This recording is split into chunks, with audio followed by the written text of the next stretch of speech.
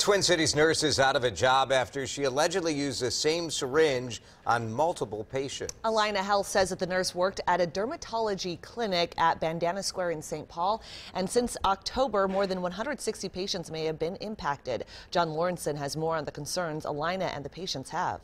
Definitely, it's surprising to hear. Yeah, it's definitely not something that you expect to hear, especially in our own backyard here. Dr. Mark Bergstrand says patient safety is a no-brainer in his line of work. Anything less could put him out of business. So we always use a clean syringe and needle with each patient, which is why he makes sure his staff takes all the necessary precautions. We start by opening the syringe. We would expect anybody working in the healthcare setting, even at the lowest level, to have good, clean hygiene and understand the need to use a new syringe with each patient. But Alina Health says a nurse practitioner at a dermatology clinic failed to do that.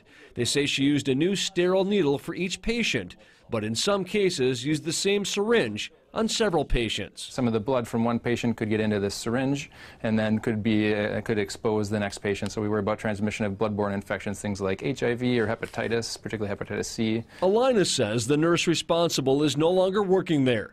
And in a statement, they said, "We believe the risk of infection to these patients is very low." However, Alina is contacting 161 people who received an injection by the nurse and are recommending they be tested for possible exposure to disease. They will do the tests free of charge. I would say this is quite serious, and I'm happy to hear that Alina sounds like is looking into it. John Lawrenson, WCCO 4 News.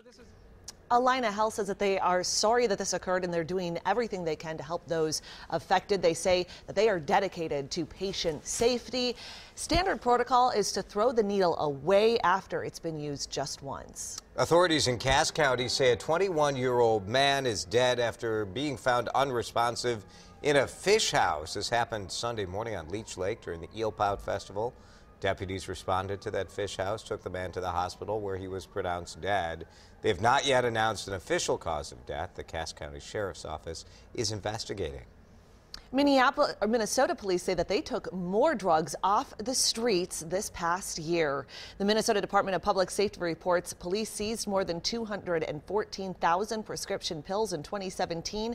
That is up from nearly 59,000 pills in 2016. They also seized about 625 pounds of meth and confiscated about 42 pounds of heroin and more than 4,000 pounds of marijuana. During the 2018 legislative session, Minnesota lawmakers are pushing for legislation to address opioid abuse. Yesterday was Opioid Awareness Day at the Capitol. Legislators say this is a bipartisan issue. They're looking for solutions that will help people with addiction get the help they need.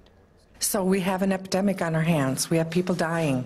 We had more people die in the United States last year from opioid overdose than we did from the Vietnam War. We lost 400 people in Minnesota last year. Another 2,000 overdosed.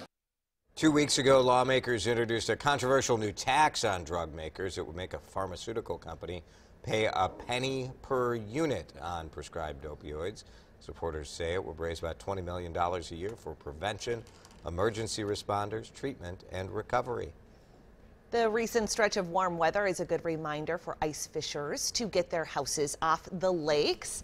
The DNR was out on Lake Minnetonka to repeat that message yesterday. People in the lower two-thirds of the states must have their structures off the lakes by midnight on Monday. That's the deadline.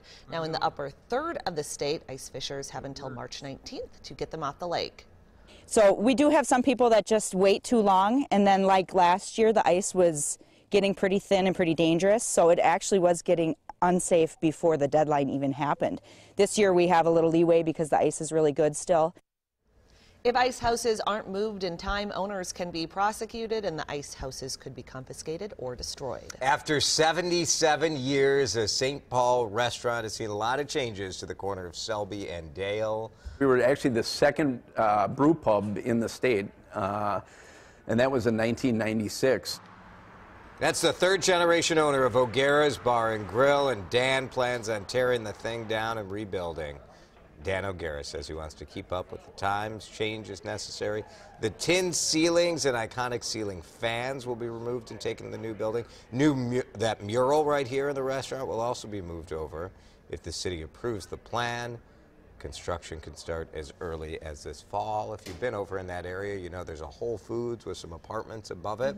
And Dan wants to use the same construction company and do something similar, housing above, retail, and O'Gara's on the bottom. That would be popular. It would be weird to not have the good old O'Gara's There's over a lot there. of history There's there. some character in that old junky bar, I know. but After I get it. we had Nye's in Minneapolis and now O'Gara's, it's kind of sad. Yeah. If